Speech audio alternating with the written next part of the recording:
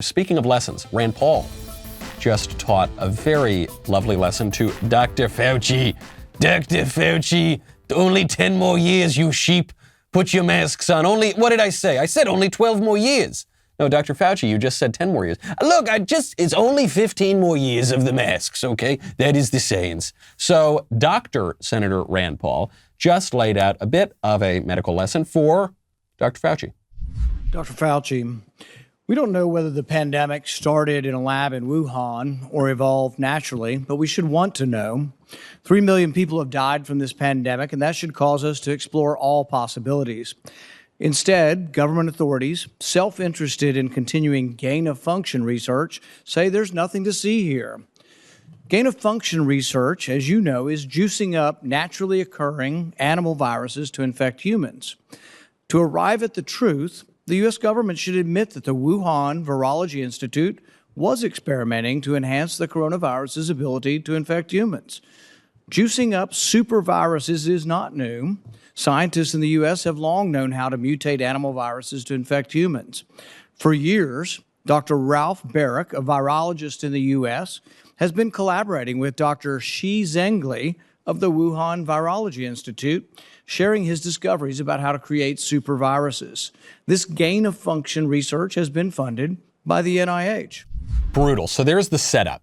The setup, which is, by the way, there were a lot of people, even among conservatives, who early on in the coronavirus said, this is totally naturally occurring. This has nothing to do with the Chinese government. There's no issue here with the Public Health Administration. It's because it's the bat markets in Wuhan. And on this show and on Verdict with Ted Cruz, we said very early on that the coincidence of the Wuhan Virology Institute being just 400 yards from where this virus was allegedly discovered, that's a little too much for us. I bet it has something to do with the Institute, and I bet that some American people are going to be held accountable for or at least going to be exposed for this because, as we reported on that show too, U.S. money, U.S. taxpayer dollars were going in part to fund the Wuhan Institute of Virology, which was studying coronaviruses in bats. People called conspiracy theorists, all sorts of things, by the libs and by even some self-styled conservatives. Looks like we were right. Rand Paul laying this out in the Senate. Dr. Fauci, he denies it. But listen, this is the importance of rhetoric. Listen to the way in which he denies it. Dr. Fauci, do you still support funding of the NIH funding of the lab in Wuhan? Senator Paul, with all due respect, you are entirely and completely incorrect that the NIH has not ever and does not now fund gain-of-function research in the Wuhan Institute Do they fund of Virology. Dr. Barrick? We do not fund. Do you fund Dr. Barrick's gain-of-function research? Dr. Barrett does not doing gain-of-function research, and if it is, it's according to the guidelines, and it is being conducted in North Carolina, not you don't think in China.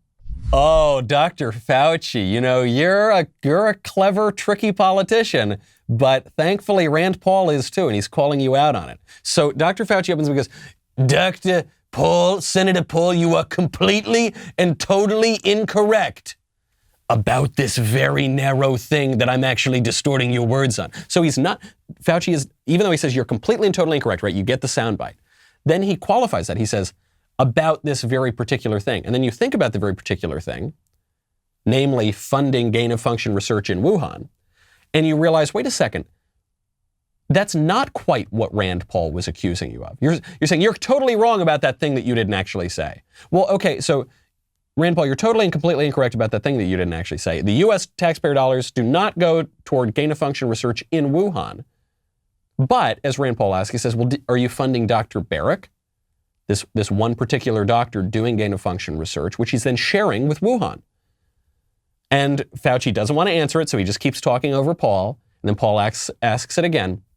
And then Fauci gives, to me, this is just the cherry on top of this little rhetorical Sunday. He goes, Dr. Barrick is not conducting gain-of-function research. And if he is, it's fine. Well, declarative statement. Dr. Barrick is not doing this kind of research. But if he is, it's totally cool and it's not a problem. What do you mean, but if? You're making the statement that he's not doing it. You can't then qualify that and say, yeah, but if he is, whatever, who cares? Wear the mask, sheep. His response to Paul, which is given such fire, with such passion, is ultimately meaningless. He doesn't refute a single thing Rand Paul accuses him of. But people will think that he did. The way that this is being portrayed in the mainstream media is as the Dr. Fauci owns Rand Paul. That's how it's being played. And no one's going into this depth on it. No one's analyzing what Dr. Fauci actually said. They're just taking it. They're just taking the dead rhetoric for what it is. But Rand Paul really did expose something here. Doesn't matter. Oh, you've got to wait to see the way CNN covers it. CNN accusing of Rand Paul of disrespecting medical science. Rand Paul, a medical doctor.